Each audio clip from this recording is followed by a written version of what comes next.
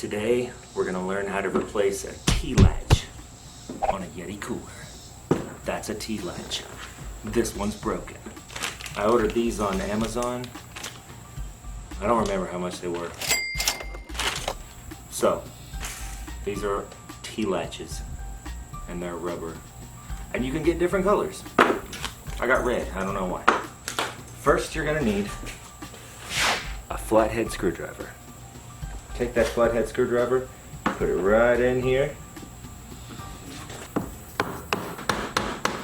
and then pry it out.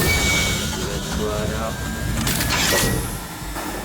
Oh, there it went. I thought this one connected all the way through to here, and I thought there's no way to replace this, but sure enough, there's a way. Now, we'll put the new one back in there like this. I'm gonna line that up, get it in the right hole. Now that it's in there, tap this in. There we go. That's all there is to it. Didn't even need the pliers. You might need the pliers to pull it out the rest of the way.